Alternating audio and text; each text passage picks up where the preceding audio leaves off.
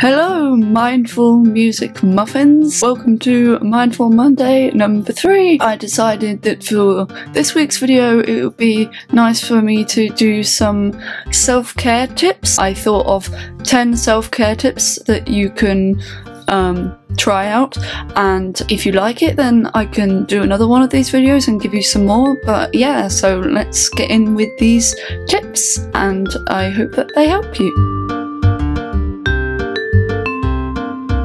Number 1, make sure that you relax even if you can't sleep. I do this all the time, and rather than lying in bed and getting all frustrated and stressed out, what I do is I just try and make sure that I can at least be calm even if I can't sleep. So I'll listen to relaxing sounds or music. I use this app on my iPad called Relax Melodies, I think, and it's got all these different sounds, and you can have different ones at the same time, and you can have any combination you want. And there's rain sounds, there's typing sounds, pretty much you name it and it's on there, and you can just combine them and listen to them and create any scene that you want. And it's really good. I would absolutely recommend it as a tool for relaxing. So yeah, that's what I do. So then at least I'm not getting all frustrated and stressed. Even if I'm not sleeping, I'm at least chill and recharging in some form. Number 2, make sure that you eat some healthy food.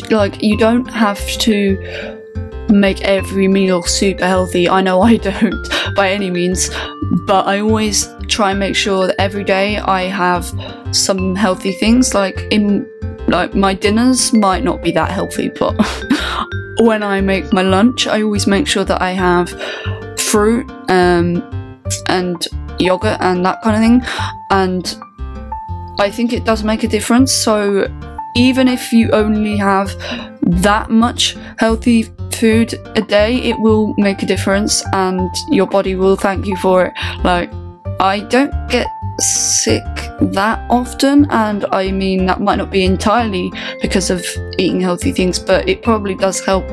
So yeah, and if you want a snack or something, it can be helpful to just have a piece of fruit or something, because they have natural sugars in, and it can be good for if you have a sweet tooth. I mean, I'm not gonna lie, I do eat sweets as well. I know that's really bad, but sometimes I'll just have an apple and it really does help. So yeah, that's that one. Tip number 3 is to stay hydrated. I know that sounds really silly and simple, but it really is important, and I make sure that I have a water bottle, and I always fill it up and try and drink it at least once a day, and if I can, more than that. And yeah, I just and throughout the day I'll have juice and tea and stuff. Just any drink that you like, just have it throughout the day, even if you only have it with each meal. And I think having a bottle of water is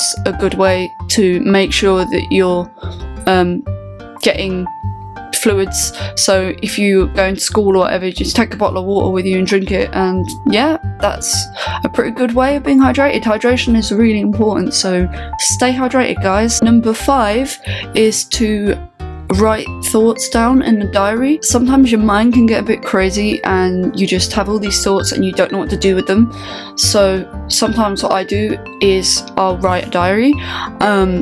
It takes different forms. Sometimes it's just me literally writing thoughts just randomly, and then sometimes it will be almost writing a letter, with anxiety, for example. I might write a letter to it, which sounds silly, but sometimes it helps, and sometimes you just have to do whatever helps you.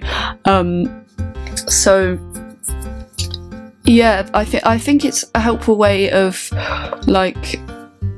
expressing your feelings and getting things out and channeling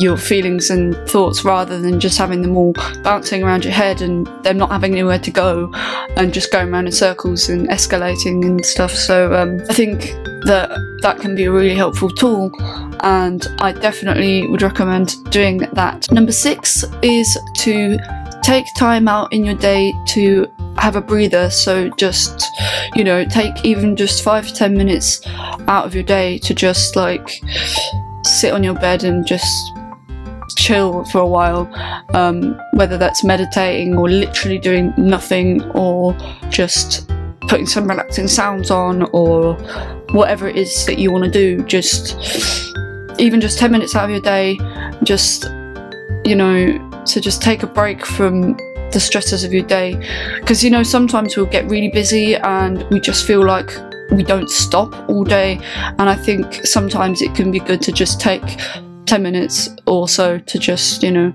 sit back and absorb and, you know, just, I don't know, but yeah, I hope that makes sense. And I think it's a really good way to like de-stress. I mean, I'm not perfect at de-stressing by any means, but yeah, I think it will be worth a try, and actually I feel like it's something I need to do more. So yeah, that's tip number 6. Number 7 is to make sure that you do something that you enjoy every day, or as often as possible, even if you feel like you're losing enjoyment for that thing. I know that can happen, particularly if you're like, if you have depression or something, it can be really easy to lose your passion for something.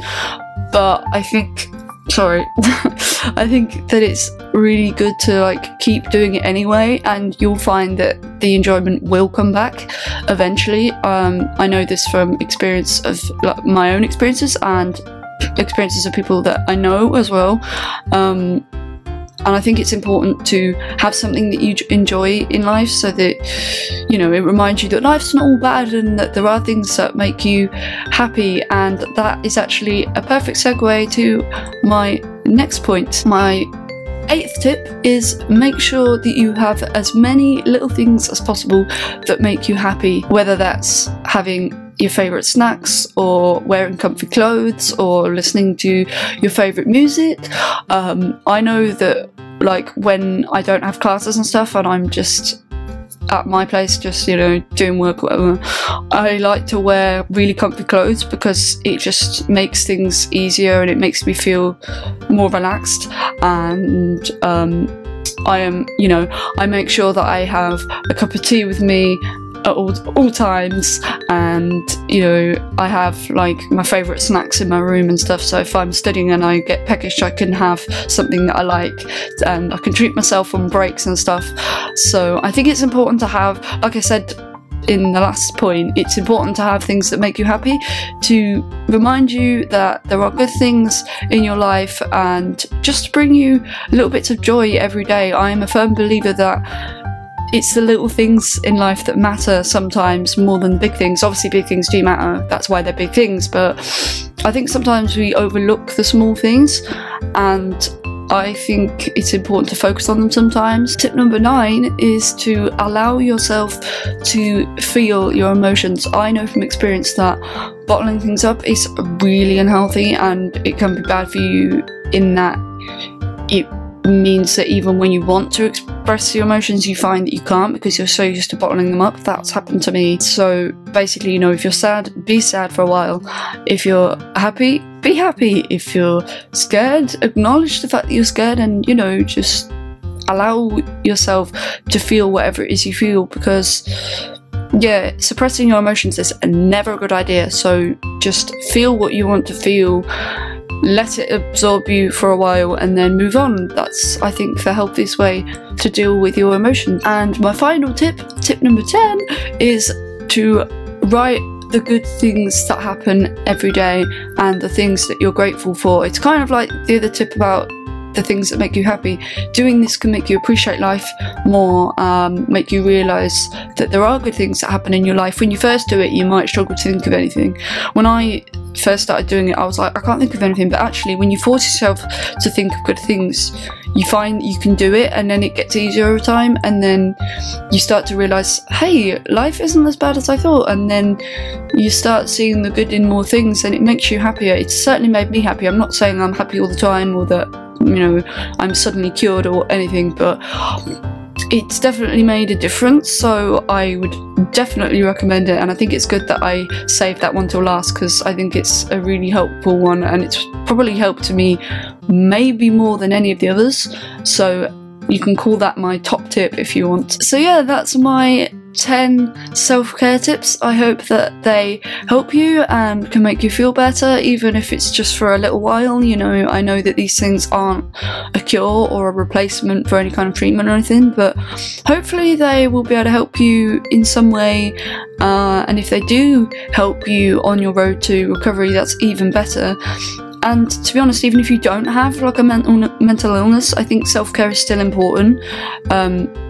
And yeah, so I hope that these things bring you happiness or relaxation or whatever. I just hope to help you guys in any way that I can, because I love you and I care about you guys genuinely. I'm not just saying that because I'm on camera and it looks good or whatever, you know. I really care about all of you, and I just want good things for you, and I want your life to be good and happy. Let me know if you want more self-care tips or any other tips on other things to do with mental health or just life in general, like being happy and stuff like that, because I think, I mean, the reason why I do this series is because mental illness is, you know, it's a big part of my life. I'm not ashamed to say that, and you know, not just for my experiences but people I know as well.